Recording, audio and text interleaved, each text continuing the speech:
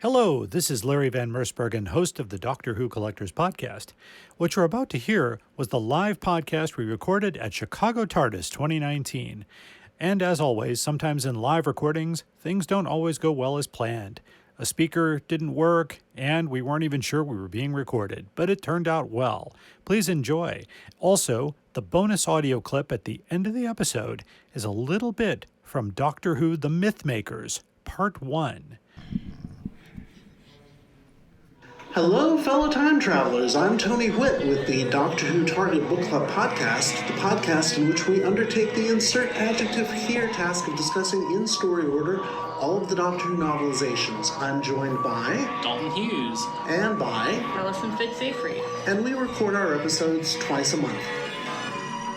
You're listening to the Doctor Who Collectors Podcast. Enjoy your travels.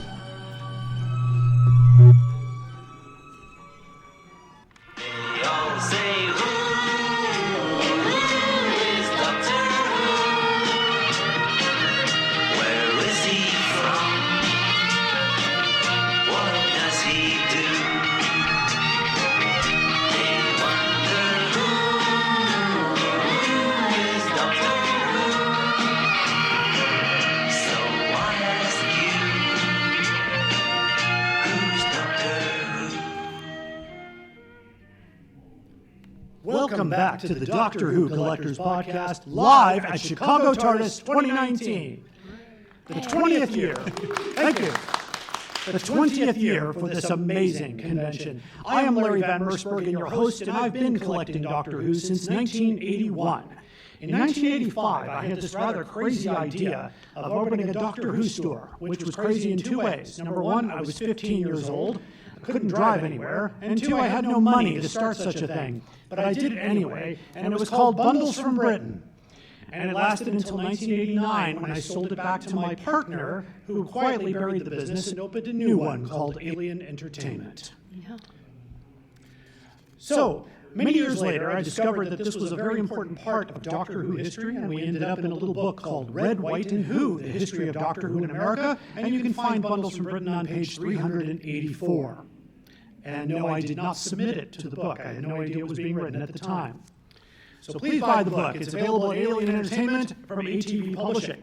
My guests today include David J. Howe, author of many Doctor Who-related books, including books as The Target Book and The 80s, along with many others.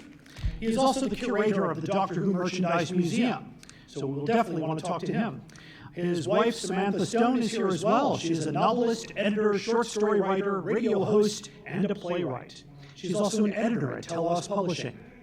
Also here with me is Tony Whitt, the host and producer of the Doctor Who Target Book Club podcast and acting as my audio engineer today. So please, we're happy to hear. And those of you in our audience today, we'd love to hear your collection stories. Our theme song is Who's Doctor Who? By Barry Mason and Les Reed, performed by our favorite actor, Fraser Hines, who played Jamie McCrimmon in over 113 Doctor Who episodes. Also want to talk a minute about our Patreon page at patreon.com/Doctor Who Collectors Podcast. We would like to thank you for your support and ask if you can contribute as much as $5. We would love to have your contributions. Producing a podcast takes more than just effort and talent. Also, we are a proud member of the Doctor Who Podcast Alliance. You can find out some of the best Doctor Who podcasts at drwhopodcastalliance.org. Sad, really, isn't it? People spend all their time making nice things, and other people come along and break them. Collection protection. I have a very rare item in my collection in the Who room, which doesn't quite fit the norm. As you can see, plastic bags work great for books. But what if you collect a board game or a large boxed item that a bag simply wouldn't protect? I have here the Doctor Who Give a Show projector by Chad Valley from 1965. As you can see, it wouldn't quite fit in a bag. But I want to take a moment to tell you about a great product from a place called Really Useful Products. Great name for a place, right? They make these boxes.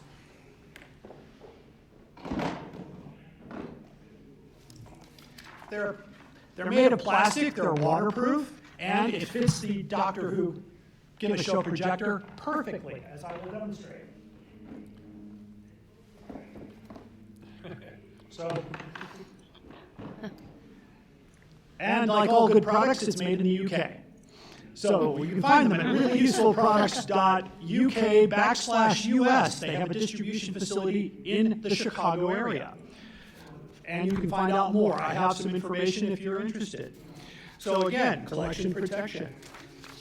If you have any collection protection stories, please write to us on Facebook and Twitter. You can find us at Doctor Who Collectors Podcast or at our email at drwhocollectorspodcast@gmail.com. And don't forget our website at drwhocollectors.com. On to the main story. David J. Howe is here. David, welcome to the podcast. Hello. Yes, thank you. Thank you for being here. Tell us about the Doctor Who Memorabilia Museum that you are the curator of. Oh, good. It's a long story. So where do I even start? So I've been collecting stuff since the early 70s, basically. Obviously, got together a large amount of items. I collect everything that's kind of Doctor Who related, so if it's got Doctor Who on it, I'll have it. So I don't specialise in any particular thing like board games or books or magazines or something. I've kind of tried to collect everything. And so over the years, the collection's just grown and grown and grown and grown and grown, and it's pretty vast now. And we wanted to kind of... We were keeping it all basically in a room in the house, weren't we? Yes. We were keeping it all, it's my wife, keeping it all in a room in the house, and we were basically sort of starting to outgrow it again, as often happens. So we looked around for somewhere where we might be able to expand even further and actually display it all properly. Because one of the issues is if you keep it all in a room in the house, it's all bundled in cupboards and stacked like Jenga-wise to maximise the amount that you can fit in. So if somebody comes and says, "Oh, have you got such and such and such?" you kind of go, "Yes, I have, but I have no idea where it is, and I can't get at it," which gets very frustrating. So we wanted to try and find somewhere where we could expand and do. So about 4 years ago, nearly 5 years ago now, we bought a property which had a lovely big storage unit kind of associated with it. And then over the last 4 years or so, we've kind of been kitting it out, kind of doing it, trying to turn it into something that I could sort of more permanently display all of the merchandise that I've got, with a kind of eventual aim of being able to use that as basically the Doctor Who Merchandise Museum. The idea was it'll be a private museum, so you can't just sort of rock up and go and look at it anytime you like. But we'd have some kind of booking facility where people could phone up or send an email or something. So, hey, I'm going to be in the area. Could we come and look on such and such a day at such and such a time? And then obviously if that's convenient, then yeah, sure, of course you can, and I'll show people around. That was the idea. Everything was going swimmingly. It was all good. Everything was great until about a month ago, when Lincolnshire, which is where we live, has been hit by basically torrential rain over the whole area since the end of August. And basically the museum's flooded 3 times now. We've had 2 inches of water across the entire floor. And basically we're just kind of, everything's been now moved off the shelves again, lower shelves, trying to keep it safe. But obviously it's been... you have no idea how long it took to get them on the shelves in the first place. And now it took 4 years to get it on the shelves. So basically at the moment we're kind of in a bit of a quandary because we don't know what to do. Effectively the water table just rose. It's not coming in from outside above or the sides, it's basically coming up through the floor. So we don't know what to do. So I'm not worrying about it. We came out here not quite knowing what state it's going to be in when we get back, because it might flood again, because it's still raining, and I'm not going to worry about it till January, because I kind of don't want to stress out Christmas and stuff. So we'll get back, we'll sort Christmas out and stuff like that. So that's kind of where it all is, and I don't know, as Sam said, we just don't know what we're going to do next year. We don't know how to do it. There's a million different options, from selling the whole lot, selling and moving somewhere else, trying to find somewhere else. reducing the aspiration and just having it as like a summer museum and put it all away when the rains that's a start every possibility. winter is a possibility. Just keeping certain bits, I just don't know at this point. It's very depressing, very upsetting. So far, we've not lost anything particularly significant from the Doctor Who Museum. The first time it flooded, the casualty was the 60s Berwick Dalek playsuit box, which was standing on the floor, and so that got water all up in it. Luckily, the suit itself is all plastic and stuff, so that was all fine. So we brought the box in the house and dried it all out. It seems all okay. It's got a water stain on it now, but it wasn't in the greatest condition in the first place. Right. After finding condition Yes. things of this kind of age, so that's okay. The latest thing, a couple of other casualties. I had a pretty much mint condition box of the goodies chocolate sweets, white chocolate sweets, which was in a long kind of a box about so big, with about 5 different plastic thing with 5 different things in. That basically rotted away. It grew fungus all over it. Had to go. And had to go. We've also lost a fair amount of stuff to mice, where the mice have eaten all of my Easter eggs and all of my advent calendars and basically destroyed anything that was chocolate in the museum. So that was a bit frustrating. And it's a bit hard to avoid mice when you live in the middle of the countryside. So they're going to get in. And the latest thing was that one of the things I hadn't yet been able to put out in the museum was the figurine collection. The thing they're doing currently. There's about 150 or more, 60, something they're up to. Right. So the figurine collection was all in a great big pile in boxes. And, of course, the water got into it from underneath. So a number of the boxes have been water damaged, but that's not so bad because the figurines themselves are resin, they're all right. But I lost a stack of the magazines, just got saturated, and I don't even know what numbers they were because when they threw them out, they didn't tell me what numbers they'd thrown out. To be honest, he didn't really want to look at that no, I point. didn't want to look at it. I was So a we bit were like, too depressed. this has to go. Yeah, And it was in just case hopeless. you're wondering, Eagle Moss always produced a magazine to go with the figurine to kind of explain what's behind the manufacture of the original prop as well as the figurine itself. So a few people have been asking me over the last, because we were at Long Island last weekend as well, and this convention, what's happening, and that's basically what's happening. It's all very depressing. We're right in the middle of it, and we just don't know where it's going to go or how we're going to try and recover from this. So there you go, Larry. You didn't want to hear that, did you? All No, that depressing news. No. I mean, on the converse, before all this happened, we were hoping to open it next year summer. Well, from a collector that keeps his collection in the basement, I worry about water constantly, and unfortunately, that's the number one thing that damages both wood, plastic, and cardboard and paper. My goodness. Just a question about in the collection. What do you consider to be the most valuable piece in the museum? Oh, I have no idea. I mean, people ask me things like that, and honestly, I have no idea. I think. What do you think? It's your Trojan horse. Oh, my Trojan horse, probably. Yeah. Probably. Tell us about the Trojan horse.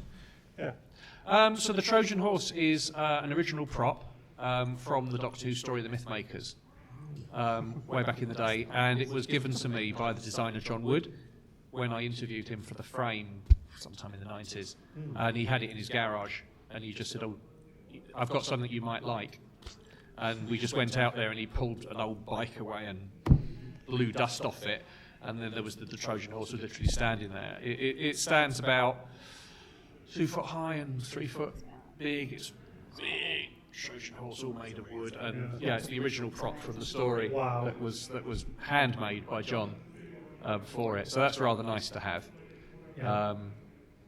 So that's probably worth. Okay. something. Oh, I would say so. Usually, props from the series, if they can be authenticated, or at least, in this case, provided by the original designer, can fetch quite a sum. Yeah. Very, very amazing. Just been personally, how long have you been collecting Doctor Who? I think I mentioned that up top. Sure. Perhaps since the early 70s. Okay. I started collecting Doctor Who stuff really by dint of not throwing things away. I think probably the earliest thing that I've got that I didn't throw away was the Piccolo Making of Doctor Who book, which was the first ever factual book about Doctor Who, a proper factual book about Doctor Who that came out. So I've still got my original copy of that. And I've got things like the John Pertwee chocolate bar wrappers. Oh, yes, Came out, Weetabix figures. The Weetabix, yes. Things like that. The Target books, of course. Yes. 73 that I collected and again kept. And I think my Radio Times cuttings start at Monster Pelodon. So I started cutting stuff out the Radio Times on Monster Pelodon. And I started recording off the television from Robot onwards. So yeah, as I just sort of carried on picking up and collecting stuff as I saw it, as it came out, and slowly started to build up the old collection. And that's how a museum is formed. Thank you, David. Samantha Stone, great to see you here. Hi. And finally, great to She's meet you. drinking again. Only water. Only water. It's funny because I think I became Facebook friends with Samantha and then later David, so we became well acquainted. But tell us about your work with the Doctor Who related stories that you've written. And one in particular, I have here the Olive Hawthorne's The Demons of Devil's End. Yeah, that's We don't have an right. actual copy. I have the cover here because I guess they sold out. Is that right? We did. Yeah. We did sell it. Well, it was back in, I think, 2010. Was it 2010? Ish. That Keith Barnfather approached David and said to him, I want to do a screenplay, which is a spin-off, using Olive Hawthorne from The Demons, John Pertwee era. Olive Hawthorne was the White Witch, in case you haven't, if you're not the White up Witch. there. Yeah. And so I actually... think anyone who doesn't know that, who's listening, should sort of turn off now. Yeah. Really. We'll find you another podcast. We'll find to listen another to, podcast. and, Yes. Anyway, sorry, Doug. So No problem. at that point, I'd never met Keith. David and I had only just got together about a year or so before that, and we were living together in Wales, North Wales at the time. And David was so busy he couldn't take the project on. So he said to him, "Look, my girlfriend is, she's a writer. She's capable of doing this." And so I had some communication with Keith, suggested to him that perhaps because Damaris was quite aged at that point, she's now 19, she's still going strong, this is great, and suggested that we did it sort of, have you ever heard of a guy called Alan Bennett? It's English writer. He did a thing called Talking Heads. So I said, let's do it Talking Heads style because it couldn't be too action-based for Damaris. So the idea of Talking Heads, just quickly to fill that in, Yeah. is that Alan Bennett wrote a series of television plays, I suppose you describe them as. But the idea was that each play just featured one actor or actress, Yeah. and it was literally just them telling a story to the camera. So it's basically a dramatic monologue. So a dramatic Yeah. monologue, basically. And I can't remember the people he had doing it, but it was like Derek Jacobi, Brian Julia Blessed, Walters. Julie Walters. Yeah.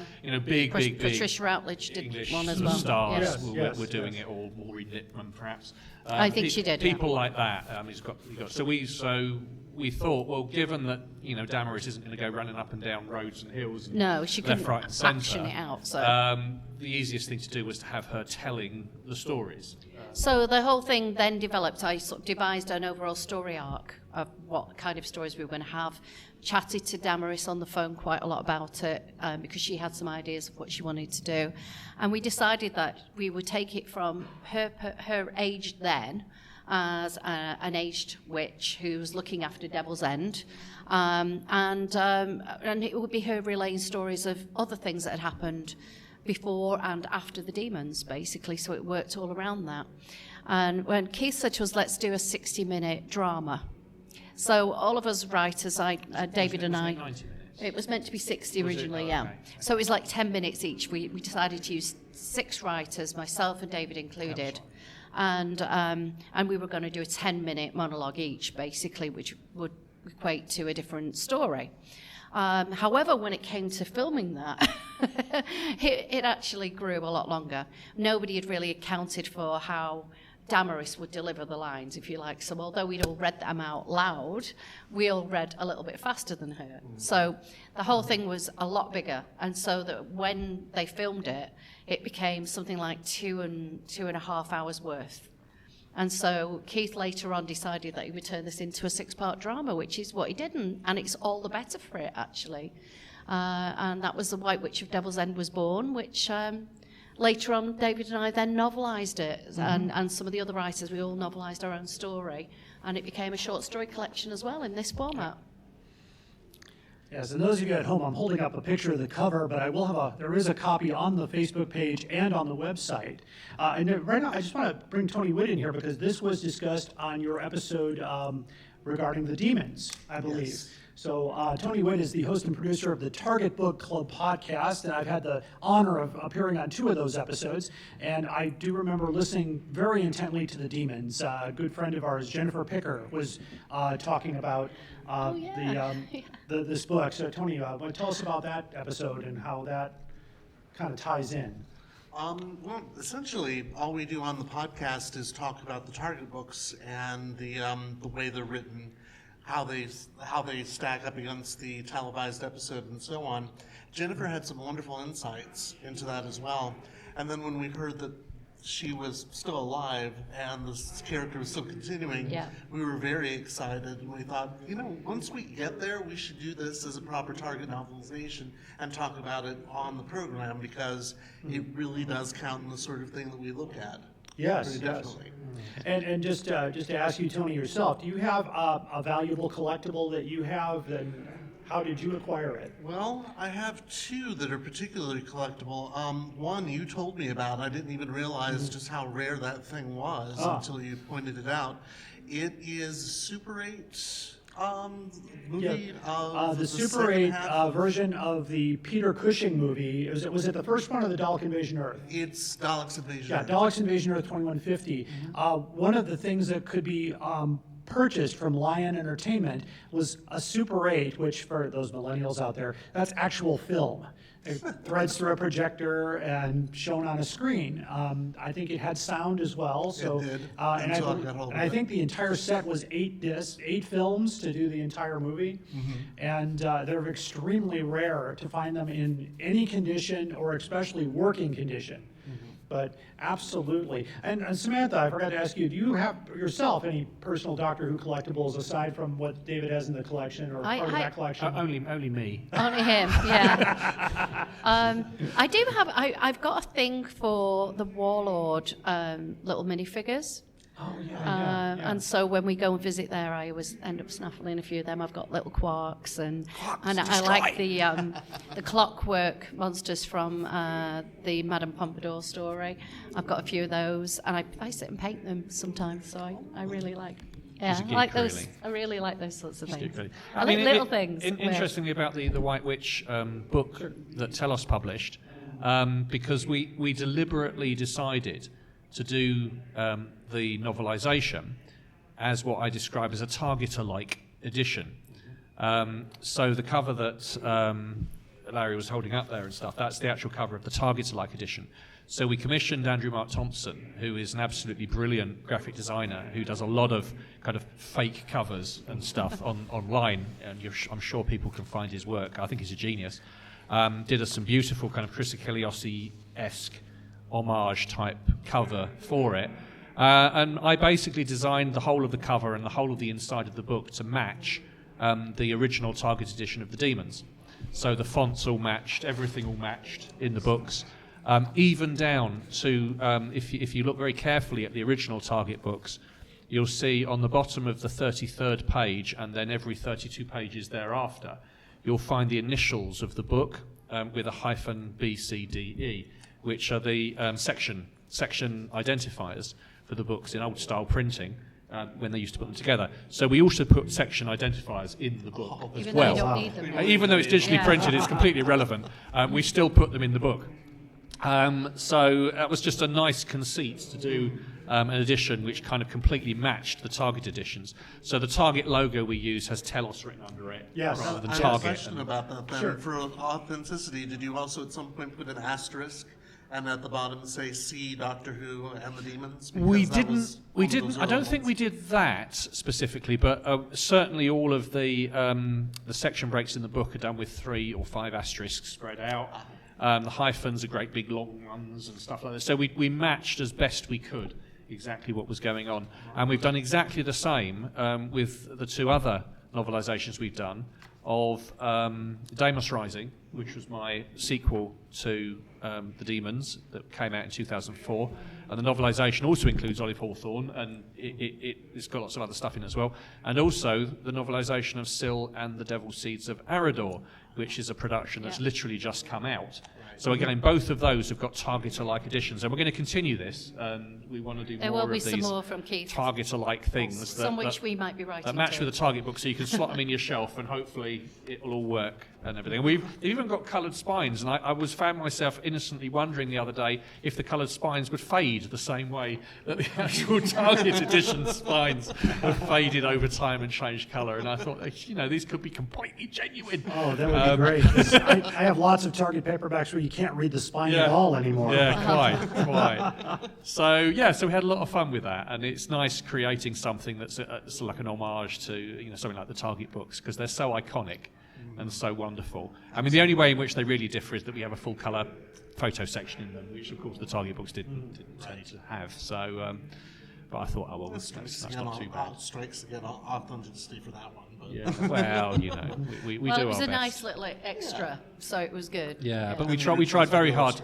We tried very hard to match it with that original edition of the Demons. So it's good fun. Mm-hmm.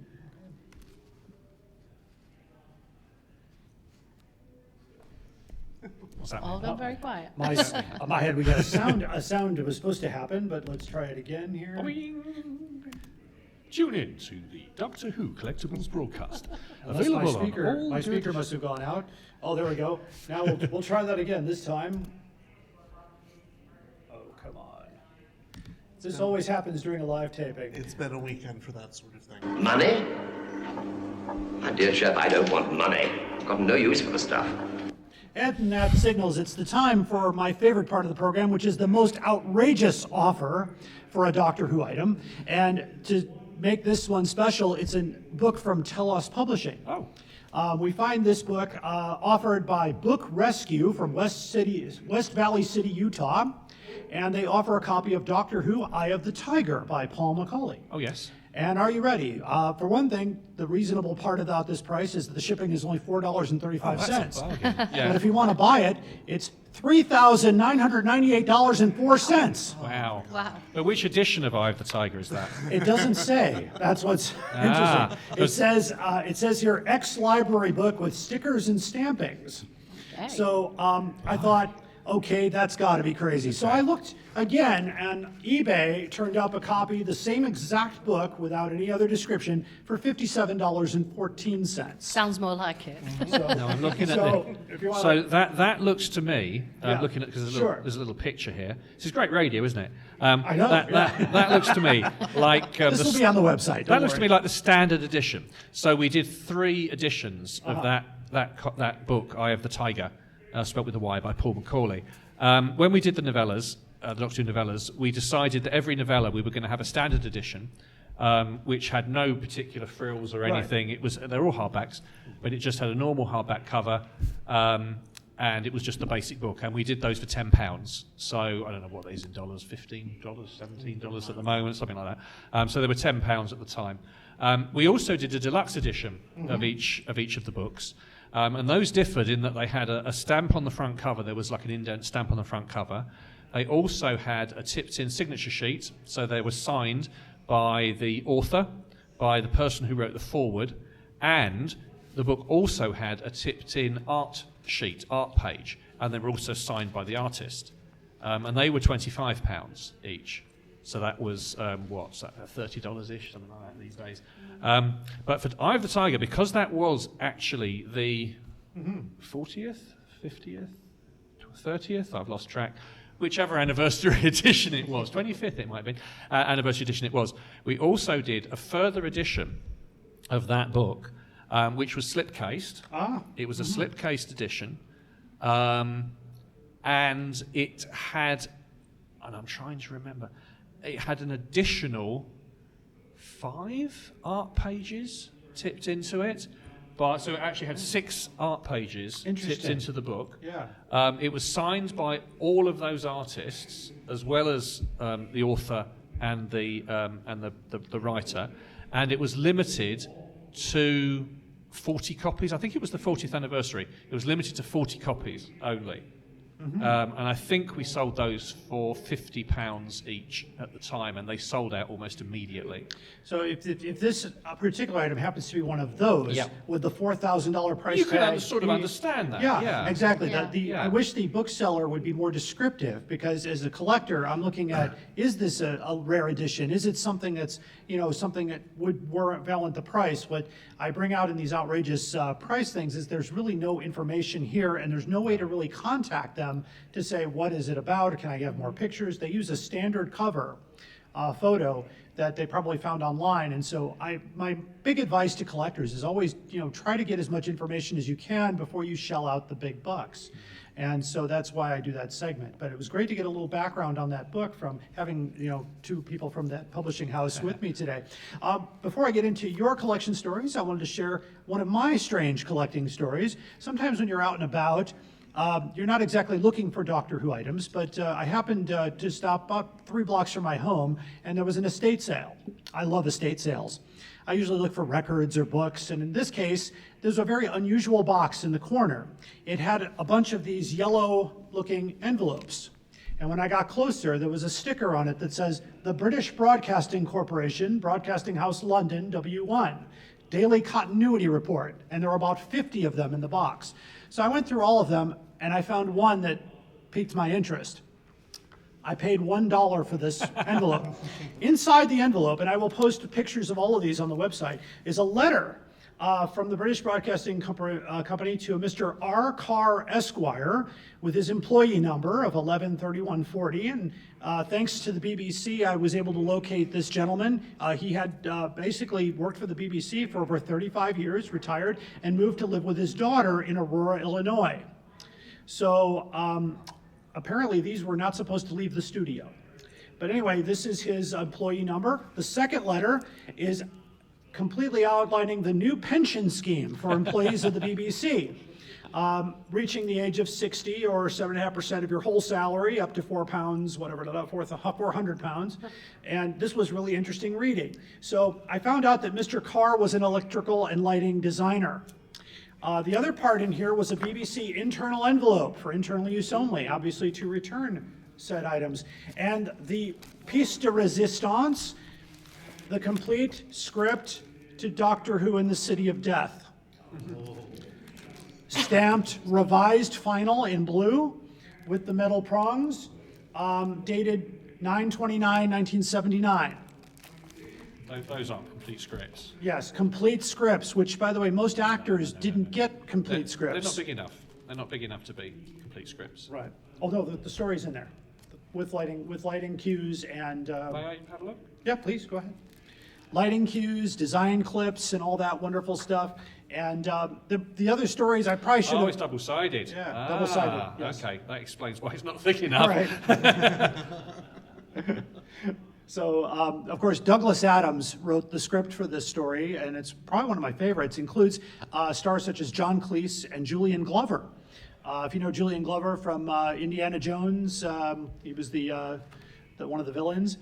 And of course, the top of the envelope has the new Elstree Studios Daily Continuity Report, stamped revised final. And he had a bunch of those. I didn't recognize any other television programs that were in there, but if I had had the chance to think about it, I would have gone back and bought the whole box and to see what else was in there. But I went through every story, and this was the only one that he worked on Doctor Who.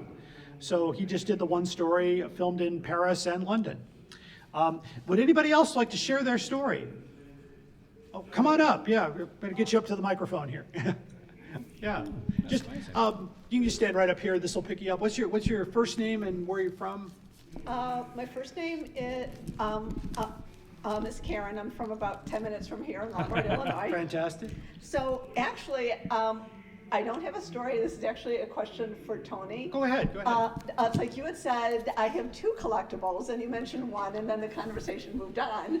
And I was curious what the other one was. The other one is the Japanese edition of the Doctor Who and the Daleks novelization. And the weird story behind that is, a long time ago when I was still working for Arnold Bloomberg, who David knows quite well, I actually spent a whole month's rent getting all 6 of them.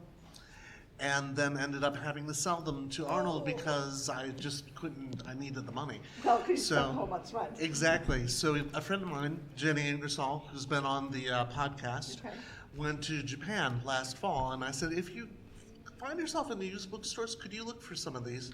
And she did, and she came back and she found that one, and I said, oh, well, I can only give you about $100 for that. And she said, take it. I said, why? She said, I spent $2 American for it. So that's my biggest collectible right there. That's brilliant. Excellent, thank you. Brilliant. There's about 6 of those books, I think. Yes. Yeah.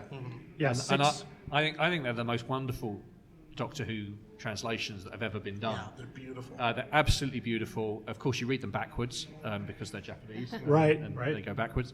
And the artwork is just incredible. I just absolutely fell in love with the artwork on it. And each book's obviously got a cover piece of artwork on, but it's also got a great big double-page plate, a full-colour plate at the back. Yeah, Front, actually has kind at the of a- front, which is the back, which is gorgeous, and then they have, I think, internal illustrations as well. And the one I particularly like is the Daleks one, because it's quite obvious that whoever it was did the artwork has never ever seen a Dalek, and it's just. And obviously he sort of said to his boss, he said, well, what does a Dalek look like? I said, well, it's kind of like a dustbin with arms. So that's basically what he drew. And the worst part is he did a diagram of it in the book. Yeah? Yeah, there's a okay. cutaway diagram. Right. It's like, why would you? No, I love those editions. I think they're tremendous. Is there anyone else that would like to share a story or have a question? Oh, come on up. Yes, thank you. Stephen, where are you from? Yorkshire originally, but just down the road in Bolingbroke, Chicago, so I very can good. Tardis whenever I can. Most of my Doctor Who collecting is on the card side, so I have a lot of the various card collections from Cornerstone all the way through Strictly Ink and things like that. Never used to be a big autograph collector, but the Doctor Who autographs I do collect, which is interesting. I was wondering if you had any information on some of the Cornerstone ones, because they made the mistake of putting out blank auto cards. There's a lot of fakery out there, things like that. Yeah, I think that is unfortunate that did happen, and yeah, I mean, it depends what information you want. I mean, I think I was actually working with Cornerstone at the time to help them source some of the autographs, and getting some of them together for them. I think, from memory, not necessarily for the first set, but possibly for the second and third sets, I've got a full set of the autographs that were commissioned for the set, if that makes sense. So, because I got them all sorted for them, so I took like one of each or whatever as my payment, as it works. They won't pay me any money. So, I would say that as payment. I'd say that's payment. So I suppose from a collector's perspective, and I haven't got the answer for you at this moment, it's like, so what colour pen were they done in? Who were they? Who were they? What colour pen were they done in? Where on the card were they signed? So was it at the top left, middle, bottom left, right? Big, small. Big, small. What you know, and therefore those are the only genuine ones from that set. The only ones I have are fairly inexpensive from a guy on eBay years ago. Yeah. But he had a lot of original stuff. He had printing plates and things like that, so he had some good stuff. I've then the ones I do is the ones I open for the pack. So that's a genuine John Lewis, and I compare with the other ones. Yeah. So I've actually got, I think I've still got it, a box of blank autograph cards. Yeah, but of course I'm sheets. honest and decent, and I would never misuse that. No, exactly. But that's why I've still got a box of blank autograph cards. Exactly. That's good info, because I always thought that there's no point spending lots of money on. So if you suddenly see, Roger Delgado ones and Bill Hartnell ones coming out, I think you can probably safely say they're fake. Yeah. I managed to pull 3 or 4. I've got a Liz Slater and Nick Corney on pull, so I know I've got those. There were some nice ones in there. Mike Craze, I think, was one of the ones they did. Yeah, exactly. Some unusual ones. Nicola Bryant, I remember, and But at least we moved on to ones now where they're genuine, they're approved and pictures and all that kind of stuff. Yeah. Embossed stamps or whatever. That's good. Autograph collecting can be fraught with challenges like that. Very much so, and I had a similar issue because I have a first Doctor Who annual signed by William Hartnell, and I did get the signature authenticated because he did sign a few. He just signed it and dated it, And it's very difficult now, especially now with the internet. Forgery is on the rise, so be very careful when you buy an autograph. Now we're going to move to, we have a giveaway today. As many of you collectors know, every year Doctor Who has presented an annual from World Distributors. However, they skipped 1972, and a publishing group, a nonprofit group, produced the unofficial 1972 Doctor Who annual. And these are about to expire. They're from Lulu Press, which is a print-on-demand service. They only charge what the book actually costs. The foreword is by Katie Manning. So if you're looking for something for Katie to sign this weekend, this might be a good thing. The cost of the book is around $50, but again, you're paying basically for the cost. Richard Franklin also contributed to this book. And in February of 2020, they will no longer be available. So, by the way, between 71 and 73, the World Distributors actually got so close together in publications, they decided to skip 72. So to help us with this, with our giveaway here, David, if you could pick a number between 1 and 5. What number's mine? Oh, 4. 4, and Sam, a number between 1 and 12. 11. 11. So let's see. So we've picked 4 and 11. So let's see, row 4, seat 11. There's only one person in row 4, the lady with the TARDIS hat. Come on up. You've won. That's good, isn't it? And this is Brooke from Chicago. She's known to me, so she's congratulations. It's a fix. I didn't know what numbers you were picking. That's brilliant. You're welcome. Thank you so Can I just much. mention as well that Sure. Absolutely imminently, if not already, there is another annual, which is the 1987 Doctor Who annual. Yes, and I have copies for display on that tomorrow at 1 o'clock. I have the collecting panel. I have 2 copies that arrived at my door yesterday. I've not seen it yet. That'd be I've lovely. not seen it because I'll bring it by. I've contributed to it, and so's Fraser. Yes. And we had a lot of fun doing a thing for the new annual there. The gentleman that put this together, a very shy individual, he declined to be interviewed for the podcast, but he sent me a whole bunch of information about why he was doing it, and you can find their Facebook page, the unofficial annual, and it's a really great book. It's basically true to the original annuals as far as having puzzles, games, stories, and wonderful things. I don't believe any copies are for sale here at the convention, but maybe Brooke will let you look through hers. And basically, I want to thank everyone for being here today, and thank you for listening to the Doctor Who Collectors Podcast. You can find us on Facebook and Twitter at Doctor Who Collectors Podcast. The website is drwhocollectors.com, and our email, if you ever want to email us, is drwhocollectorspodcast@gmail.com. A very special thank you to my wonderful guests, David Howe, Samantha Stone, and Tony Whitt. Let's hear it for them, please. Thank you very much. Thank you. And you can listen to the Target Book Club podcast anywhere you get your podcasts, as well as the Doctor Who Collectors Podcast. If you're not listening to both podcasts, you need to find another hobby. Our next episode will be the November Merchandise Roundup. I'll be rounding up the best of what came out in November. And if you're in the audience today, please get your special Doctor Who Collectors Podcast ribbon, if you don't have one already, to add to your collection. Please don't forget to rate, review, and subscribe, and keep collecting. Thank you. Thank you. Thank you. So much. I'm going to have to dash because I've Instructions to have it brought into the city.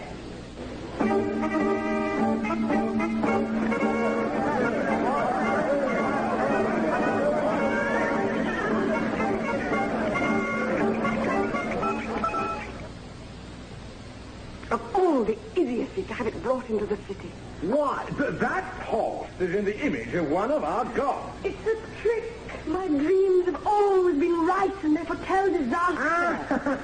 Now, were they right about that little temple? That has brought us nothing but good luck. Good luck, you call it. The whole family besotted by that sorceress. Oh, I do wish you'd stop calling Cressida that, and I would call it luck to have the entire Greek army removed from our shores. Peace at last. Though the arrival of the horse is a little puzzling. Well, Cressida probably arranged it, and the very sight of it just frightened the Greeks away. Where is Cressida? Well, she's probably down in the square, watching them bring in the horse. I don't like her to go wandering around the city on her own. No, bring her back up here again. She'll get a better view. Katharina, Go and look for the sorceress. I don't trust my lovely brother. But great priestess, the augury said that you dare to question me. No. Very well, then. Go and watch for that girl.